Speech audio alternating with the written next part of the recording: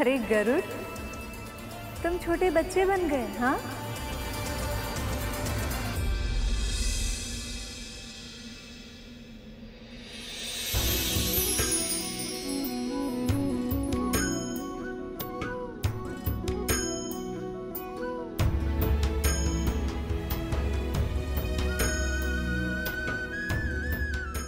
इतना आश्चर्य मत कीजिए माँ, ये तो बाल खिली ऋषियों के आशीर्वाद का प्रताप है।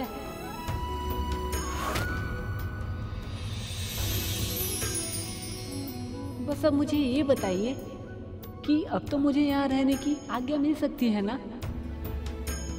हाँ, इतने प्यारे से भोले भाले नन्हे पक्षीराज को कौन रोक सकता है भला? तुम यही रुकोगे।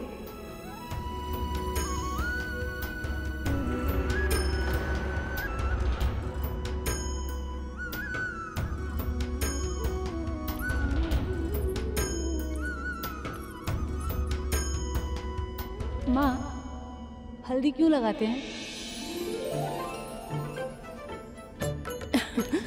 हल्दी में जीवाणुरोधी विषाणुरोधी गुण होते हैं। इसे लगाने से कोई भी रोग नहीं होता। अरे वाह माँ, इसके और भी लाभ हैं? हाँ, इससे रूप और अधिक निखरता है। पर माँ, प्रभु नारायण और माँ लक्ष्मी तो पहले से ही अजर अमर हैं और सुंदरता की परिभाषा तो स्वयं माँ लक्ष्मी है। तो फिर इन दोनों को हल्दी की क्या आवश्यकता?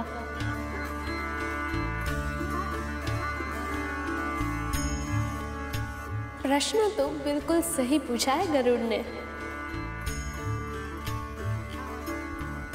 हाँ देवी, बताइए ना। सत्य तो ये है कि हल्दी का गहरा संबंध मेरे पुत्र से भी है। सबसे पहले मैंने इसी हल्दी से गणेश को उसका आकार दिया था।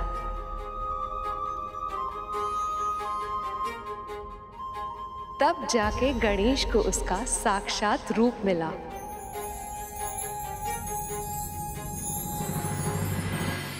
गणेश तो परब्रह्मा है और ऐसे में इसी हल्दी ने उन्हें अपने साकार रूप में आने में सहायता की थी। संसार की सबसे शुद्ध, सबसे पवित्र जड़ी बूटियों में से एक है।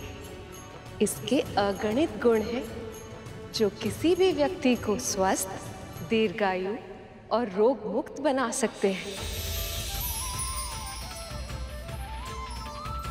संसार के जनजीवन कल्याण के लिए इसका प्रचार प्रसार बहुत आवश्यक था और इसीलिए विवाह से पहले हल्दी की ये प्यारी सी रीति बना दी गई जिससे सबको लाभ हो।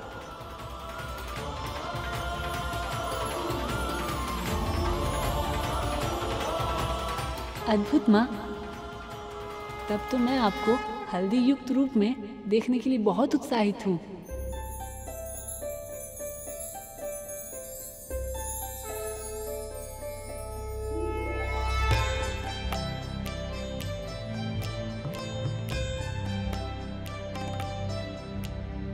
सुमनत वंदित सुंदरी माधवी चंद्र सहोदरी है ममाए। मुनि गण वंदित मोक्ष प्रदायनी मंजुल भाषिणी वेदनुते। पंकज वासिनी देव सुपूजित सद्गुण वर्षिणी। लक्ष्मी, वैसे तो आपको सुंदर दिखने के लिए किसी भी वस्तु की आवश्यकता नहीं, किंतु आपको ये सब रस्में करते देखने मेरे लिए भी सौभाग्य की बात है।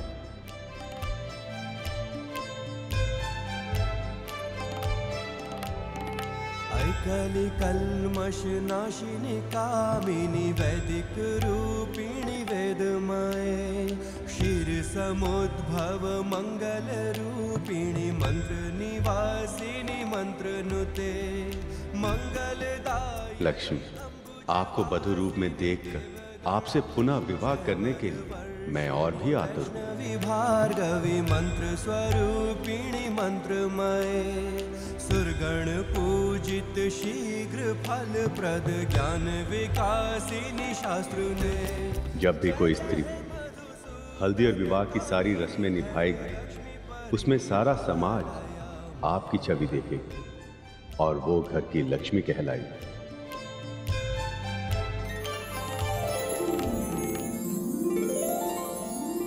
पहले मैं हल्दी लगा देती हूँ। नहीं, पहले मैं जाऊंगी। और वैसे भी हमने साथ में प्रवेश किया था और मेरे पुत्र मंथन में देवताओं के साथ है, तो मेरा अधिकार पहले बनता है। मुझे उससे कोई अंतर नहीं पड़ता है दीदी। मैंने कहा ना खतरू, पहला अधिकार मेरा है।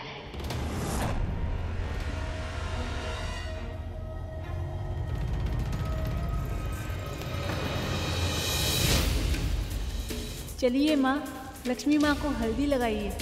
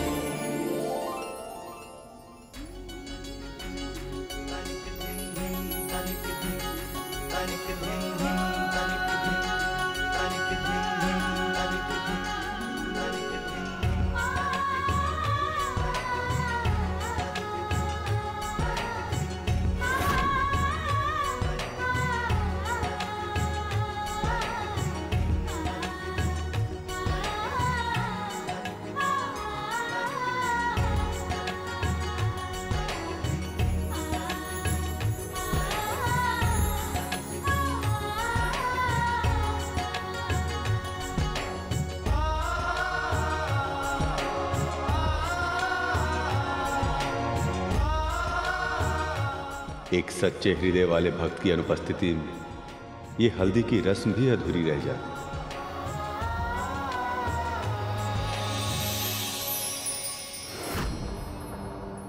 निश्चल होकर अपनी बारी की प्रतीक्षा करने के स्थान पर तूने फिर से मेरा अधिकार छीन लिया।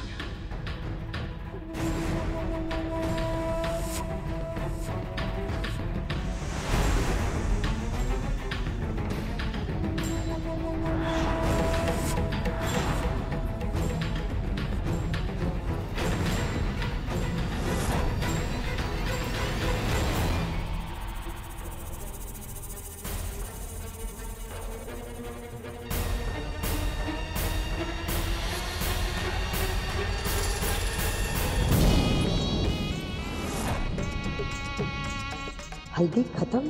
फिर से इस तासी ने खुलेपन का नाटक करके मेरा अपमान करवाया।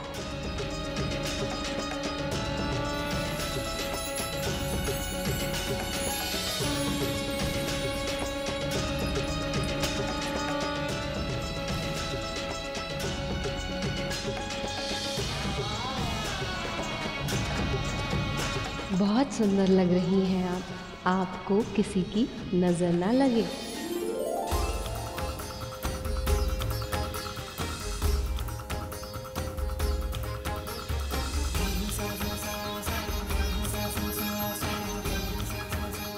हम दोनों का रंग तो एक हो गया है लक्ष्मी। अब बस उस समय की प्रतीक्षा है जब हम फिर से एक हो जाएंगे। उसी क्षण की प्रतीक्षा तो मैं भी कर रही हूँ प्रभु।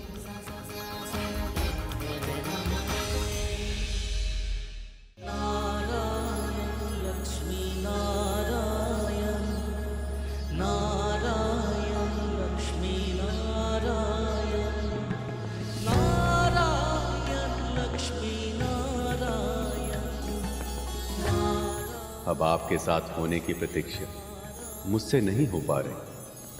आशा करता हूँ ये विवाह कुशल मंगल तरीके से हो जाए। आपने मेरे मन की बात कह दी हरि। ये आप भी जानते हैं ये विरह के क्षण मेरे लिए कितने कठिन हैं। जग के पालक हैं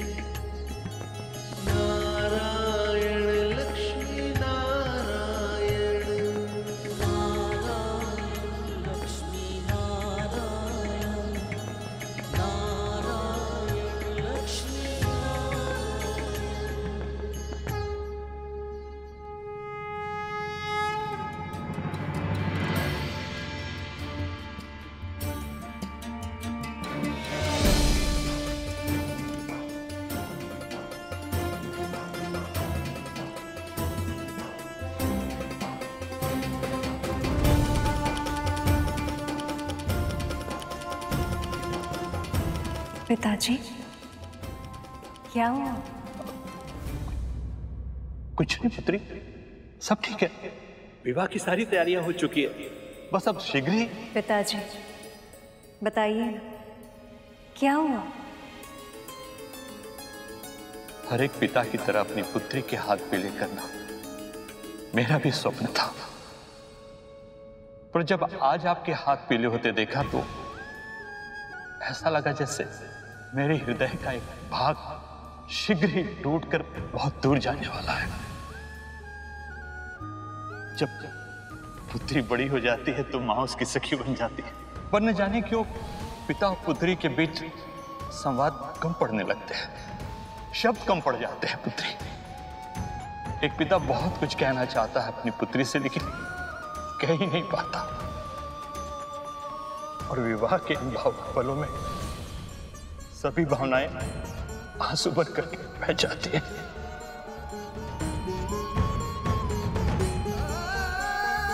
पिताजी, मैं बहुत सौभाग्यशाली हूं कि आप मेरे पिता हैं। आपने अपनी इच्छाएं मुझ पर नहीं थोपी, मेरे मन को समझा, मेरी इच्छाओं को समझने का प्रयास किया और मुझे अपना चुनाव स्वयं करने के योग्य बनाए। आप लोग ऐसे भावुक होकर आंखों से जलधारा ही बहाते रहेंगे, या इस बालक को कुछ खाने को भी देंगे? भूख लग रही है मुझे।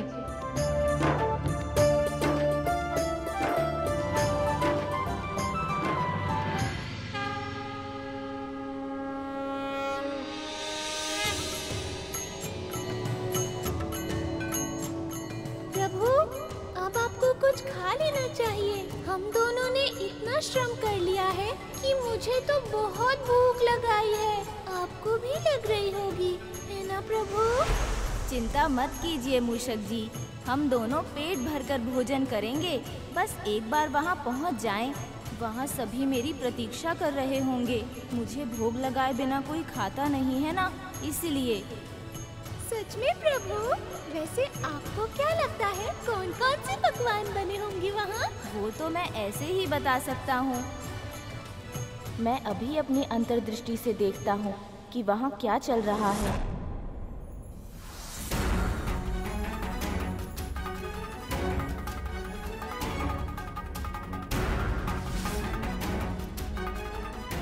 बहुत स्वादिष्ट भोजन है। और ये मोदक तो गणेश जी को बहुत प्रिय है ना? ये क्या, उसे तो सभी पकवान बहुत प्रिय है। अभी यहाँ होता तो बहुत चाव से खाता वो। किंतु देखिए ना, विलंब होने के कारण इन सब का आनंद उठाने से चूक गए हैं प्रभु गणपति।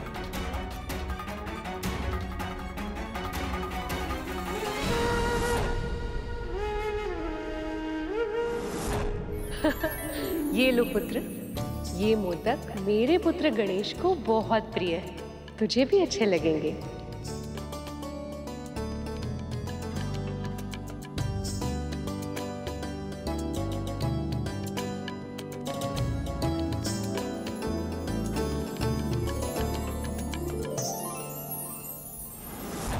बिना मुझे भोग लगाए ही उन लोगों ने भोजन करना आरंभ कर दिया। किसी को मेरा ध्यान भी नहीं आया। ये मेरा अपमान है।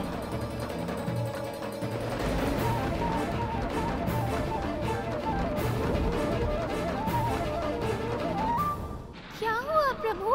भोग के लिए भी आपकी प्रतीक्षा नहीं की? तो क्या वो सब आपको सच में भूल गए?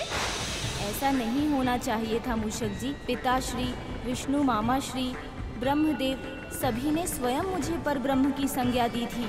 उन्होंने ही ये नियम बनाया था कि हर आयोजन में सबसे पहले मेरी पूजा की जाएगी, और अब वो सब स्वयं ही ये नियम भूल गए। कारण चाहे जो भी रहा हो, पर कर्तव्य से बंधे होने के कारण मैं इस नियम का पालन करने के लिए विवश हूँ। मैं नहीं चाहता था कि इस विवाह में कोई भी विघ्न आए, पर जहाँ गणेश उपस्थित ना हो वहाँ विघ्न का आना तो निश्चित है। अब इस विवाह में आने वाले विघ्न के प्रकोप को उन्हें स्वयं ही संभालना होगा।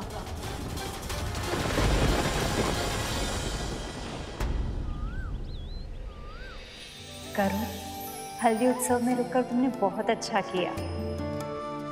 हाँ गरुड़, तुम्हारे बाल रूप ने इस उत्सव का आकर्षण और भी अधिक बढ़ा दिया। मैंने कुछ नहीं किया है माँ, तो माता लक्ष्मी ने मुझे इस रूप में दर्शन देकर मुझ पर कृपा की है, परंतु अब मैं इन्हें वधु रूप में देखने की प्रतीक्षा नहीं कर पा रहा हूँ। देखा सखी, विवाह की प्रतीक्षा में जब दूत ही इतना उतावला हो रहा है तो उसके प्रभु कितने छटपटा रहे होंगे।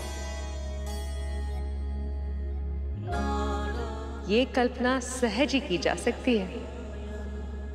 मुझे भी उतनी ही प्रतीक्षा है जितनी मेरे हरि को है।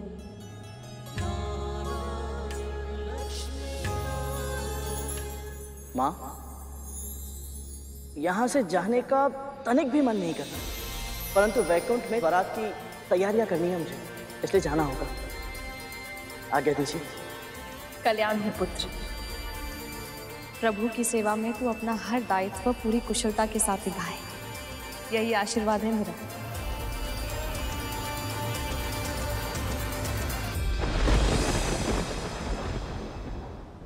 आना भी चाहिए प्रभु, विघ्न तो आना ही चाहिए। मैं तो कहता हूँ हम इसी क्षण कैलाश वापस चलते हैं।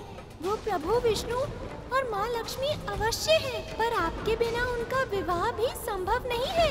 ये बात पूरे संसार को पता चल जानी चाहिए। मैं एक विचित्र दुविधा में फंस गया हूँ मूषक जी। मुझे पूरा विश्वास है मेरे मामा मामी श्री जानबूझकर मेरी अवहेलना कभी नहीं करेंगे। मैं जानता हूँ वो पूरे मन से यही चाहते हैं कि मैं उनके विवाह में सम्मिलित होऊं, पर अपने उत्साह में मेरी प्रतीक्षा ना करके उन्होंने मेरे सामने एक ऐसी समस्या उत्पन्न कर दी है जिसका समाधान मेरे पास नहीं है।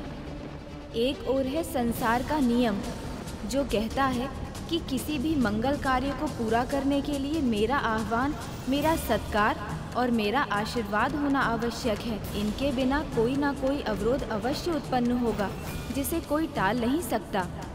पर दूसरी ओर मेरा मन है मूषक जी, जो जानता है कि ये विवाह केवल उन दोनों के लिए ही नहीं, पूरे संसार के कल्याण के लिए कितना आवश्यक है, और इसीलिए मैं इसमें किसी भी तरह का अवरोध उत्पन्न नहीं होने देना चाहता। ये युद्ध हृदय और मस्तिष्क के बीच है मूषक जी, और मैं इसमें फंस गया हूँ। अब जब तक मैं स्वयं को शांत नहीं कर लेता, मैं ना आगे जा सकता हूँ और ना ही पीछे।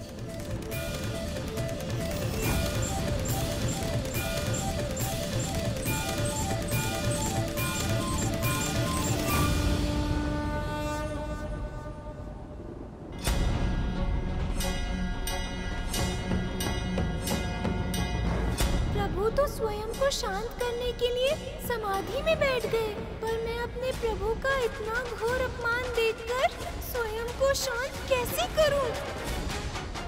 मैं अपने प्रभु के अपमान का प्रतिशोध अवश्य लूंगा।